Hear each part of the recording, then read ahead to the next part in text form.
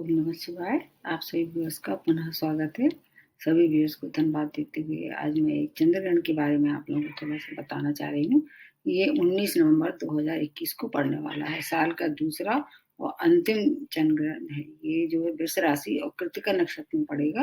कार्तिक माह की जो पूर्णमासी है उसको चंद्र ग्रहण पड़ते हैं, प्रत्येक पूर्णमासी को ही पड़ते हैं। यह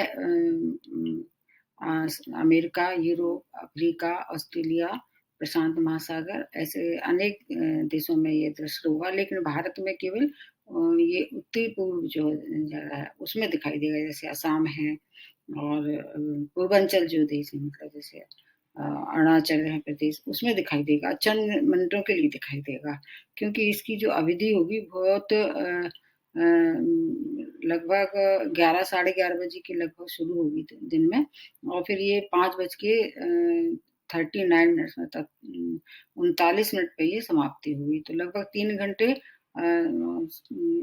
30 मिनट के करीब ये दिखाई देगा। और भारत में तो ये बहुत ही कम दिखाई देगा। ये क्या है, आंशिक ग्रहण है। साइंटिफिक रूप से ऐसा माना जाता है कि जब पृथ्वी जो है सूर्य और चंद्रमा के बीच में आ जाती है, तो उसकी छाया से जो ग्रहण पड़ते हैं वो उसके लिए साइंटिफिक रीज़न ये होता है, तो उसकी जो रेज़ होती हैं वो थोड़े कुछ समय के लिए रुक जाती हैं, और फिर वो जो उस समय जो प्रदूषण होता है उसका असर रहता है। तो इस तरह से जो गर्भवती महिलाएँ हैं उनके लिए थोड़ा-सा ये इसका प्रिकॉशन ज़्यादा रखना चाहिए।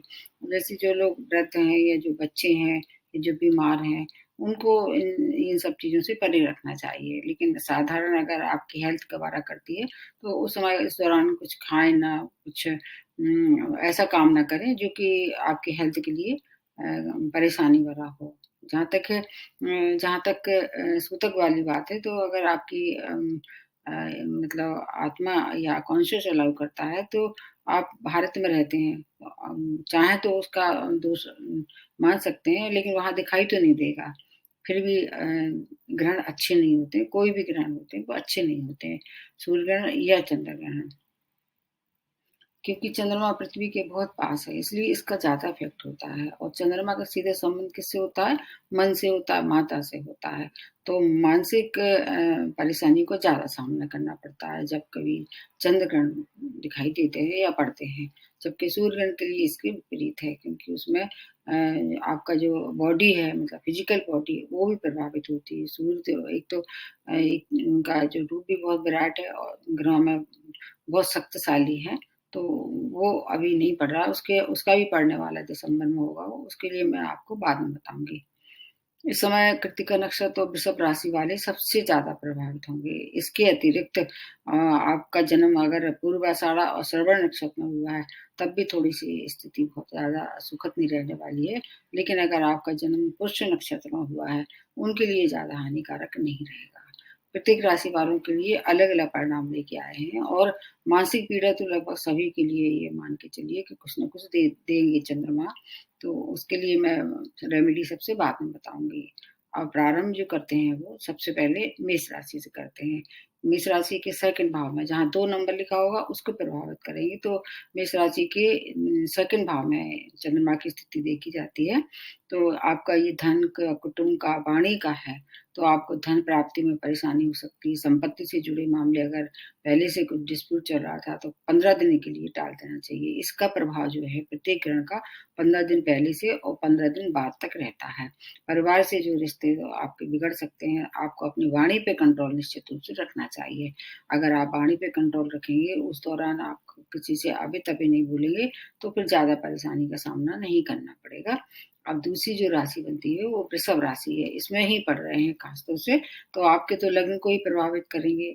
आपको क्या करना चाहिए, 15 दिन पहले और 15 दिन बाद तक कोई भी बड़े निर्णय ना लें, और हो सके तो करियर से जुड़े कोई भी अगर नए निर्णय लेने जाते हैं, तो इससे सावधानी रखनी पड़े। अगर आपको आवश्यकता है, मतलब आप टाल नहीं सकते, तो किसी से सलाह लें। 15 दिनों तक अगर हो सके तो ना लें, फिर भी अगर ऐसा लगता है कि भई ये अभी अर्जेंट है, तो किसी से अपने से ज़्यादा जो ज्ञानी लोग हैं उनसे सलाह लेनी चाहिए। आपकी हेल्थ भी प्रभावित करेंगे, और आपका सेल्फ कॉन्फिडेंस इस समय कम हो जाएगा, क्योंकि ये जो यही राशि सबसे ज़्यादा प्रभावित हो रही है। उसके लिए आपको फिर रेमेडी मैं सबसे बाद में बताऊँगी। अब तीसरी जो राशि बनती है, मिथुन राशि है और मिथुन राशि के 12th भाव को प्रभावित करेंगे, तो आपकी क्या है व्यय की अधिकता होगी, नींद में खलल हो सकती है, मानसिक तनाव होगा और फैमिली डिस्प्यूट जो है वो उससे आपको कुछ परेशानी हो सकती है, तो उससे अगर हो सके तो बचें। और इस दौरान अगर यात्राएँ ना करें तो ज़्यादा अच्छी रहने वाली है। 15 दिन के बाद उसको अगर टाल सकें तो टाल सकते हैं, तो टाल दीजिए। उसके बाद आ जाते हैं कर्क राशि। कर्क राशि ये इसके 11th भाव में इसका प्रभाव होगा। आपके लिए उतना खतरनाक नहीं होगा ये। मनोबल में वृद्धि होगी, आय के नए-नए स्रोत बनाएँगे और बहुत सारे रुके हुए कार्य पूर्ण होंगे। तो कर्क राशि वालों को ज़्यादा चिंता करने की आवश्यकता नहीं है। अगर आपका जन्म भी पुष्य नक्षत्र में हुआ है, तो आपको बिल्कुल कोई परेशानी नहीं होगी। बस आपको थोड़ा-सा मानसिक क्लेश स्वतः ना करें और अगर हो रहा है तो उसको लाइटली लें। किसी कोई गंभीर समस्या का मतलब सामना नहीं करना पड़ेगा। उसके बाद आ जाते हैं सिंह राशि। इसकी आपके 10वें भाव को प्रभावित करेंगे जो कि कार्य क्षेत्र है। तो हो सकता है कार्य क्षेत्र में उतार-चढ़ाव का सामना करना पड़े या अप और डाउन अगर हो भी रहा है तो उसमें चिंता करने की कोई आवश्यकता नहीं है, क्योंकि सूर्य जो है वो उस समय तक नीच राशि से हट के और वृश्चिक राशि में आ जाएँगी, तो आपको ज़्यादा हानि नहीं होगी। बस आपको भी कार्य क्षेत्र में किसी से वाद-विवाद नहीं करना। अपने बॉस से अगर हो सके तो अपना व्यवहार कैसा रखें, सौहार्द रखें और संग में काम करने वालों को भी अपने साथ लेके चलें, फिर कोई परेशानी का सामना नहीं करना पड़ेगा। आपके लिए भी उतना ज़्यादा खराब नहीं है। उसके बाद है कन्या राशि। आपके 9th भाव को प्रभावित करेंगी जो कि भाग्य स्थान है, तो आपके लिए भी इतना खराब नहीं है। भाग्य में मतलब थोड़ी-सी रोड़ें लगाएँगे लेकिन काम संपन्न हो जाएगा और भाग्य से धन की प्राप्ति होगी, लेकिन पिता की अगर हेल्थ खराब चली आ रही थी, वहाँ थोड़ा-सा आपको सावधानी रखनी चाहिए और धर्म कर्म में आपकी रुचि बढ़ेगी। वो आपके लिए आपकी रक्षा कवच का काम करेगी। कोई घर में धार्मिक आयोजन कर सकते हैं या मंदिर में जाके देवालय में जाके उनकी सेवा मतलब सेवा भाव से श्रमदान कर सकते हैं। फिर आप बहुत सी परेशानियों से स्वतः ही बचे जाएँगे, आपके लिए उतना खराब नहीं है। उसके बाद आ जाती है तुला राशि, आपके अष्टम भाव को प्रभावित करेंगी जो कि क्या है चोट-चपेट दुर्घटना का है, अचानक फलों की प्राप्ति अगर आपकी दशा महादशा भी अगर तुला राशि मतलब शुक्र की चल रही है तो आपको अच्छे फलों की प्राप्ति होगी। अगर आपके अकारक ग्रह की चल रही है तो आपको हो सकता है कुछ कार्य क्षेत्र में परेशानियों का सामना करना पड़े, धन हानि हो सकती है और व्यापार में भी इस समय बड़े इन्वेस्टमेंट से बचना चाहिए। जो पुराना चल रहा है उसको ही चलने दिया जाए, नए से कोई काम शुरू नहीं करना है।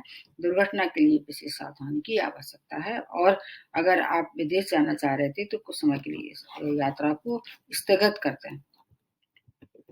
अब नेक्स्ट जो बनती है वो वृश्चिक राशि आपके सप्तम भाव को प्रभावित करेगी जो कि आपके जीवन साथी का है, बिजनेस पार्टनर का है। तो आपको क्या है इन दोनों मतलब क्षेत्रों में दोनों ही लोगों से अपना तालमेल बना के चलना चाहिए, अन्यथा वहां पर थोड़ी सी लड़ाई झगड़ा का या मनमुटाव हो सकता है। लेकिन भाग आपके साथ रहेगा, इसलिए वो अगर होगा भी तो बहुत लंबे समय तक नहीं खिंचेगा। और इसके बाद आप कोई नए काम की आपको ही शुरुआत नहीं करना है। पुराने जो काम है उसमें संतुष्टि से अपना काम आगे ईमानदारी से बढ़ाना है। फिर आपकी बहुत सी परेशानियों से आप बच सकते हैं। परेशानियाँ आएँगी लेकिन आप स्वयं अगर उसके लिए अपने आप को तैयार रखेंगे तो आपकी बहुत सी परेशानी स्वतः ही दूर कर सकते हैं। उसके बाद अगली जो राशि बनती है वो धनु राशि है। उसके आपके 6 भाव को प्रभावित करेंगे जो आपके लिए उतना खतरनाक नहीं है। बस लोगों से थोड़ी-सी परेशानी हो सकती है, बाकी जॉब में प्रमोशन हो सकता है, अगर कॉम्पिटिशन फेस कर लेते तो उसमें आपको सफलता मिलेगी, शत्रु भी परास्त होंगे और मानसिक कष्ट हो सकता है। आपको केवल अपने रोग से और मानसिक क्लेश से बचना है, तो आपके लिए ये जो समय होगा, बहुत एक्सीलेंट होगा। धनु राशि वालों के साढ़े साती भी चल रही है, तो धन का भी लाभ आपको ही कराएँगे चंद्रमा। आपके लिए अच्छी स्थिति है, बहुत कम लोगों के लिए ये है, जो जिसमें से एक आप हैं। उसके बाद आ जाते हैं मकर राशि, आपके 5th भाव को प्रभावित करेगा। ये जो ग्रहण पड़ रहा है संतान का है, शिक्षा का है और आपके शेयर मार्केट का भी है और आपके प्रेम प्रसंग का भी है। तो आपको क्या है संतान की तरफ से कोई परेशानी नहीं हुई। अगर पहले से चली आ रही थी तो कुछ सुझाव मतलब कुछ समाधान मिलेगा और स्वयं की शिक्षा अगर बाधित हो रही थी तो उसमें आपको थोड़ा-सा आपको धैर्य रखना पड़ेगा और रास्ता ज़रूर मिलेगा, क्योंकि इस बार वैसे आपके साढ़े साथी का सेकंड फेज़ चल रहा है, तो कोई न कोई शनि आपकी मदद करने के लिए कोई रास्ता निकालेंगे, परंतु जो है कि आपको इन्वेस्टमेंट नहीं करना है, क्योंकि शेयर मार्केट का भी यही है, तो आपको जुए सट्टा लॉटरी से बचाव रखना है, अन्यथा धन-हानि हो सकती है। और प्रेम प्रसंग में अगर हैं, तो कुछ समय के लिए उनको प्रपोज़ल ना दें, आपको सही मतलब वो नहीं मिलेगा, रिस्पॉन्स सही नहीं मिलेगा। इसलिए 15 दिन जैसे और चल रहा था, उसको वैसे ही चलने दिया जाए। फिर बाकी कोई समय की जो स्थिति बदल जाएगी, फिर प्रपोज़ल आप दे सकते हैं। उसके बाद आते हैं कुंभ राशि, आपके 4th भाव को प्रभावित करेगा, जो कि आपकी माता का है और सुख समृद्धि का है, आपकी भूमि वाहन का है।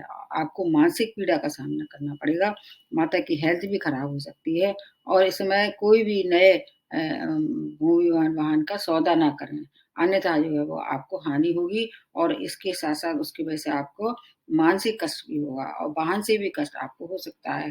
हेल्थ भी थोड़ी-सी परेशानी भरी हो सकती है, कुछ खराब हो सकती है। इससे क्या होगा, घर में क्लेश होगा, तो घर के क्लेश के बचाने के लिए इस समय बिल्कुल शांति से ये समय काट लें, क्योंकि साढ़े साती का आपका भी फर्स्ट फेज़ चल रहा है, इसलिए आपको थोड़ा एक्स्ट्रा प्रिकॉशन की आवश्यकता है। उसके बाद आ जाते हैं मीन राशि। आपकी 3rd भाव में ग्रहण का जो प्रभाव है 3rd भाव में होगा, तो पराक्रम में वृद्धि होगी, यात्राएँ अगर करते हैं तो वो आपके लिए सुखद नहीं रहेंगी, वहाँ कुछ हानि हो सकती है, छोटे भाई-बहनों से भी आपका मनमुटाव हो सकता है और लेकिन क्या है कि पहले से अगर कोई परेशानी आपकी धन से रुकी हुई कोई थी, तो वो रुका हुआ धन आपको प्राप्त होगा। ये आपके लिए धन के लिए स्थिति खराब नहीं है। बाकी अगर कुछ ऐसे मतलब काम कर रहे थे जो कि क्रिएटिव माइंड मतलब जिसको कह सकते हैं, अगर उसमें इन्वॉल्व थे, फिर आपको वहाँ से कुछ अच्छी सूचना प्राप्त होगी। मतलब मीन राशि वालों के लिए मिला-जुला है, 3rd भाव में है, तो थोड़ा-सा आपको अपने गले का और अपने कंधों का ध्यान रखना पड़ेगा। इस तरह की कोई परेशानी का सामना आपको करना पड़ेगा। तो ये तो पूरी 12 राशियों वालों पे क्या प्रभाव होगा और कौन-सी राशि वालों पे सबसे ज़्यादा इफ़ेक्ट होगा, तो कृत्तिका नक्षत्र और वृषभ राशि वालों के लिए थोड़ा ज़्यादा प्रिकॉशन की आवश्यकता है, हेल्थ को, धन को और रिश्तों को लेके। अब रेमेडी में सबसे बाद में बताती हूँ। रेमेडी में क्योंकि चंद्र ग्रहण है, इसलिए इसका सीधा संबंध शिव जी से है, क्योंकि चंद्रमा आपने देखा होगा शिव जी के जो ऊपर माथे पे दिखाई देता है, तो वो सबसे ज़्यादा एक सटीक रेमेडी है कि आप शिव की उपासना करें, शिव मंत्र करें।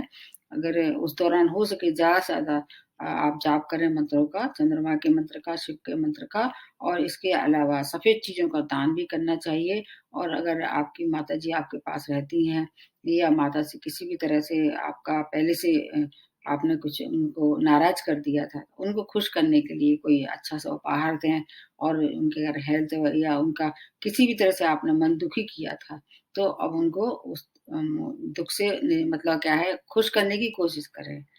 क्योंकि चंद्रमा का संबंध सीधा माता से भी होता है और फिर इनका संबंध शिव जी से भी होता है। तो ये सब चीज़ें बहुत छोटी होती हैं, आराम से आदमी कर सकता है। उस दौरान हो सके तो ज़्यादा से ज़्यादा शिव मंत्र करें और शिवालय जब मंदिर खुल जाए तो जा सकते हैं। आपको फिर जो भी परेशानी है या दान करना है और उसके बाद आप जब ये खत्म हो जाए ग्रहण की अवधि फिर आप जा सकते हैं। घर में रह के तो आप मंत्र भी कर सकते हैं और माताजी की सेवा भी कर सकते हैं। इसके दुष्प्रभाव से बचने के लिए बहुत सटीक उपाय है ये। आज के लिए इतना ही, नमस्ते और धन्यवाद।